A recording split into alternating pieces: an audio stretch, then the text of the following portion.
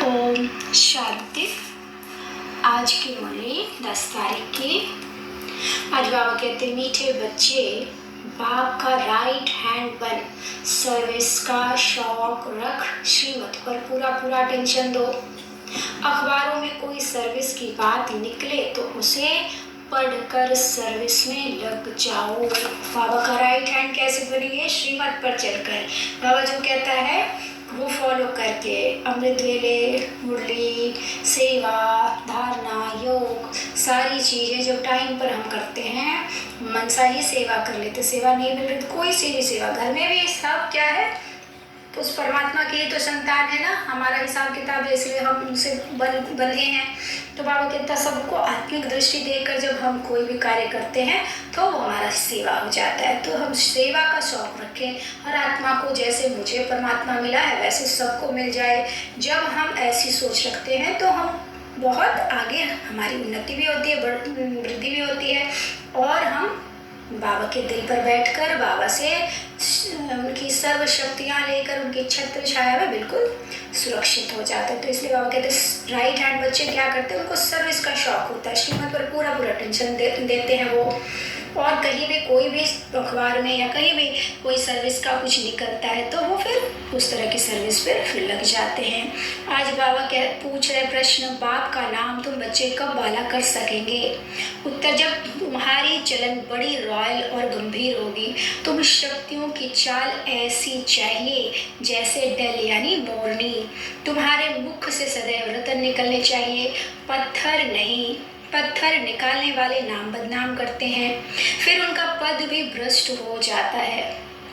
बाप का बनकर कोई भी विकर्म ना हो, इस बात का पूरा पूरा ध्यान रखना है। क्या करना है? रॉयल बड़ी चलन बड़ी रॉयल होनी चाहिए, गंभीरता होनी चाहिए, उदंडता या असभ्यता ऐसी चीज़ें नहीं होनी चाहिए। हर चीज़ सोच समझकर अब कहते हैं करना है। मुख से रतन निकालने हैं, पत्थर नहीं। किसी के लिए भी बुरा शब्द निकलेगा तो वो कहते हैं वो मेरा नाम बदनाम कर देंगे, वो विकर्म बन जाएगा, इसलिए पूरा पूरा ध्यान रखना है। गीत बजा है, छोड़ भी दे आकाश सिंहासन, इस धरती पर आ जा रे। ओम शांति। बाबा क्या कह रहे हैं? बच्चों ने गीत सुना, याद करते हैं। हे परम पिता परमात्मा, निराकार रूप बदल कर साकार में आ जाओ। वह क्या रूप बदलेगा? ऐसे तो नहीं कहेंगे कि कचमच का रूप बनकर आ जाओ। भगवान को पुकार रहे कि आप निराकार हो, लेकिन आप रूप बदल कर आओ। तो आप पूछ रहे कौन सा रूप बदलूं? कचमच अवतार लूं? ऐसे तो नहीं हो सकता है ना। नहीं, यह है पाप आत्माओं की दुनिया, पुकारते हैं पावन बनाने के लिए। अगर सर्वव्यापी है तो फिर किसको पुकारते हैं? अगर सर्वव्यापी है बाबा, भगवान कंकड़ पत्थर भीतर ढककर सब में है, तो हम किसको पुकारते हैं? अब यह गीत तो रेडियो में भी बजते हैं, परंतु कोई भी समझते नहीं कि क्या छोड़ भी दे आकाश सिंहासन, अब धरती पर आ जा रहे। तो बाबा क्या कहते हैं, ये तो रेडियो में भी बजते, लेकिन इसका सही मतलब क्या है दुनिया नहीं जानती। बाबा आकर समझाते हैं। अब तुम बच्चियों को अखबार आदि पढ़ती नहीं हो, भल पढ़ी लिखी है परंतु अखबार पढ़ने का शौक नहीं।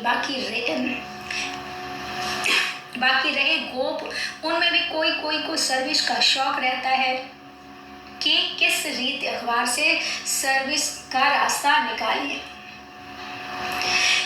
ब्राह्मण कुलभूषण है तो बहुत, परंतु उनमें भी कोटों में कोई निकलते हैं जो अखबार में देख फौरन सर्विस करने लग पड़ते हैं। बाबा ने राइट हैंड बनाया है माताओं को।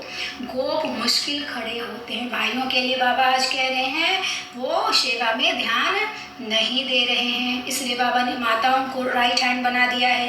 कोई बिरला यथार्थ रीति से श्रीमत पर अटेंशन देते हैं। यह एक पॉइंट है भ्रष्टाचार और श्रेष्ठाचार की।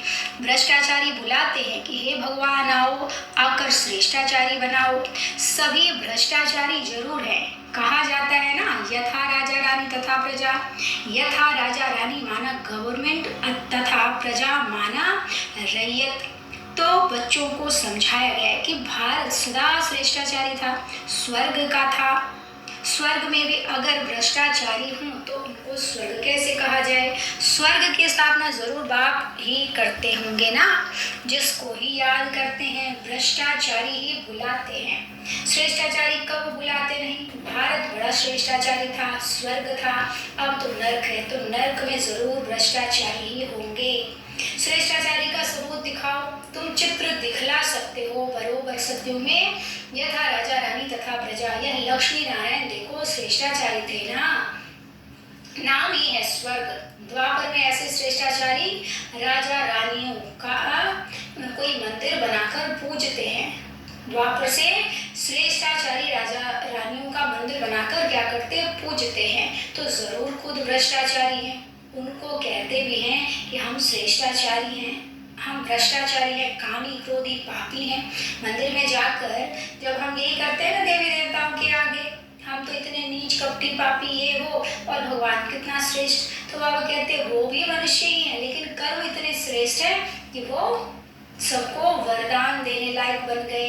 उनकी दृष्टि, उनकी वृत्ति इतनी पावन है कि इनके हर रूप रंग से बहुत पावनता मिठास झलकती है, इसलिए हम उनसे मांगने चले जाते हैं। वो देने के रूप में हमेशा तत्पर रहते हैं। तो बाबा कहते हैं ये क्या है? ये भारत की महिमा है, या भगवान जब आता है तो उनको वो क्या करता है, उनका क्या कर्तव्य है, ये दर्शाता है। मनुष्य को देवता बना देता है, मंदिर में बैठने लायक बना देते हैं। तो ये मनुष्य का कार्य तो नहीं, परमात्मा का ही कार्य। और परमात्मा एक ही है, निराकार, जिसको पूरी दुनिया अलग अलग भले नाम रूप से जानती है, लेकिन है तो वो एक ही। तो इसको जितने अच्छे से हम समझेंगे और बाबा की श्रीमत को मानेंगे, फॉलो करेंगे, तो हमको बहुत अच्छे अनुभव होंगे। उससे हम दूसरों को भी लाभान्वित कर सकते हैं। तो बाबा कहते हैं ऐसे तुम भ्रष्टाचारी थे, अब मैं आकर श्रेष्ठाचारी बनाता हूँ। श्रेष्ठाचारी की ही महिमा होती है।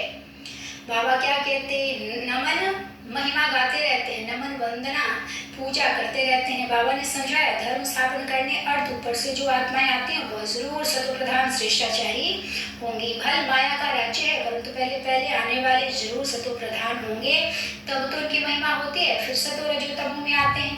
देवताएं भी श्रेष्ठाचारी थे, हर एक को सतो रजो तमो में आना ही है। जो भी है बहुत श्रेष्ठ भी है तो भी वो नीचे जरूर आएंगे, क्योंकि एक बार चक्र में जो शुरू से आ गया वो तो सारे ही पार्ट को बजाएगा। हालांकि सबका यही पार्ट है, लेकिन जो जितना पहले आता है उसको उतना ज्यादा सारा पार्ट बजाना होता है। बाबा कहते हैं श्रेष्ठाचारी देवताओं के मंदिर बनाए पूजा करते आए हैं। आप ही पूज्य श्रेष्ठाचारी थे, फिर आप ही पुजारी भ्रष्टाचारी, फिर पूज्य देवी देवताओं की बैठ पूजा करते हैं। अभी तुम लिख सकते हो कि यथा राजा रानी तथा प्रजा सतयुग में श्रेष्ठाचारी थे। वॉइसलेस वर्ल्ड थी, आवाज रहित, यानी दुख की रोने की आवाज रहित दुनिया कब थी? सतयुग त्रेता में। बाद में फिर कलाएं कम होती गई। बाबा कहते श्रीमद् भगवत कहा जाता है श्रीमत क्या करती है? वह तो श्रेष्ठ राजाओं का राजा बनाती है। कहते हैं इन माया पर जीत पहनो तो तुम प्रिंस प्रिंसेस बनेंगे। कैसे जीत पाएंगे? माया पर, अपने विकारों पर, अपनी कमी कमजोरी पर। तो श्रीमत से, श्रीमद् भगवत गीता का मतलब ही है हमको जीवन को कैसे जीना है, किस कर्म की क्या गति होती है, ये जानना। जब हम जानेंगे तो अच्छा करेंगे ना, अच्छा सोचेंगे, बोलेंगे, सुनेंगे, हर तरह से हम माया पर जीत पाने की कोशिश करते हैं। यही है श्रीमत, यही है गीता। और सच्ची गीता सुनाने वाला एक शिव निराकार परमपिता परमात्मा है, जो हमें ये गीता सुनाकर प्रिंस प्रिंसेस बनाता है। बाबा क्या कहते हैं? ज्ञान तो बहुत गुह्य है, परंतु कोई धारण करे। जैसे बैरिस्टर कोई तो लाख कमाते, कोई को का फटा भी कोट होता है। यह तो पढ़ाई है ना बेहद की। बाप ने जो विस्तार में समझाया उसको सार में लाकर 5 मिनट का भाषण बनाए अखबार में डालना चाहिए। बाबा क्या कह रहे हैं? बाबा का ज्ञान रोज बाबा देता है, हम समझ रहे हैं, उसका सार को बहुत अच्छे से मेन पॉइंट को लिखकर फिर उसको भाषण करना चाहिए, ताकि ज्यादा समय भी ना लगे और एकदम इम्पोर्टेंट बातें हम दुनिया के आगे रखें तो उनको समझ में आए, तो अच्छा भाषण होगा। यह भी पूछना चाहिए कि भला हिंदू धर्म किसने स्थापन किया, तो बात नहीं बता नहीं सकेंगे, कुछ नहीं जानते। तुम शक्तियों की चलन ऐसी गंभीर होनी चाहिए जैसे डेल यानी मोरनी चलती है, मुख से रतन निकलते रहे। पत्थर नहीं, वह तो पत्थर मारेंगे, तुम कभी पत्थर नहीं मारो। नाम बदनाम मत करो, बाबा का नाम बदनाम नहीं करना है। अच्छा, मीठे मीठे सिकिल दे बच्चों प्रति माता पिता बाप दादा का याद प्यार और गुड मॉर्निंग। रूहानी बाप के रूहानी बच्चों को नमस्ते। हम रूहानी बच्चों की रूहानी बाप दादा को नमस्ते। बाबा नमस्ते। शुक्रिया बाबा, शुक्रिया।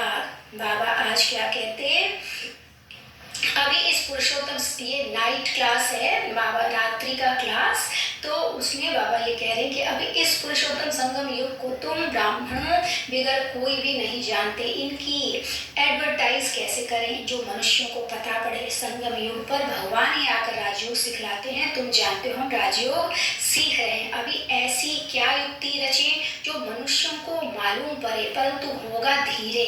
अभी समय पड़ा है, बहुत गई थोड़ी रही। हम कहते हैं तो मनुष्य जल्दी पुरुषार्थ करें, नहीं तो ज्ञान सेकंड में मिलता है जिससे तुम उसी समय सेकंड में जीवन मुक्ति पा लेंगे। परंतु तुम्हारे सिर पर आधा कल के पाप हैं, वह थोड़े ही सेकंड में कटेंगे, इसमें तो टाइम लगता है। मनुष्य समझते हैं अभी तो समय पड़ा है, अभी हम ब्रह्मा कुमारियों के पास क्यों जाएं, तकदीर में नहीं है तो लिटरेचर से भी उल्टा ज्ञान उठा लेते हैं। तुम समझते हो यह पुरुषोत्तम बनने का युग है, हीरे जैसा गायन है ना, फिर कम हो जाता है। गोल्डन एज, सिल्वर एज, यह संगम युग है, डायमंड एज। सतयुग है, गोल्डन एज। बाबा क्या कह रहे, सतयुग क्या है, गोल्डन एज है। अब धारणा के लिए मुख्य सार है, पहला, श्रीमत पर श्रेष्ठाचारी बनकर श्रेष्ठाचारी बनाने की सेवा करनी है। कोई ऐसी चलन नहीं चलनी है जिससे नाम बदनाम हो। मुख से सदैव रतन निकलते रहें, पत्थर नहीं। दूसरा, बेहद की गुह्य पढ़ाई को विस्तार से सुनते उसे सार में समझाकर समाकर दूसरों की सेवा करनी है। श्रीमत पर पूरा अटेंशन देना है। आज का वरदान, अपने कर्म और स्थिति द्वारा ब्रह्मा बाप को स्पष्ट दिखाने वाले मास्टर ब्रह्मा भव। अपने कर्म और स्थिति द्वारा ब्रह्मा बाप को स्पष्ट दिखाने वाले मास्टर ब्रह्मा भव। जैसे ब्रह्मा बाप का निजी संस्कार था, पहले आप कोई भी स्थान में पहले बच्चे, हर बात में बच्चों को अपने से आगे रखा, लेकिन कहने मात्र नहीं, शुभ चिंतक की भावना से। उसने किया तो भी आपकी सेवा, मैंने किया तो भी बाप की सेवा। उसने किया तो भी बाप की सेवा, मैंने किया तो भी बाप की सेवा। मैं आगे बढ़ूं नहीं, दूसरों को आगे बढ़ाकर आगे बढ़ो। जब यह भावना हर एक में आएगी तब कहेंगे मास्टर ब्रह्मा। फिर ऐसा कोई नहीं कहेगा कि हमने ब्रह्मा बाप को नहीं देखा। आपके कर्म, आपकी स्थिति ब्रह्मा बाप को स्पष्ट दिखाई दे। स्लोगन, एकाग्रता के दृढ़ संकल्प से सागर के तले में चले जाओ तो अनुभव के हीरे मोती प्राप्त होंगे। एकाग्रता के दृढ़ संकल्प से सागर के तले में चले जाओ तो अनुभव के हीरे मोती दिखाई देंगे। अच्छा, ओम शांति।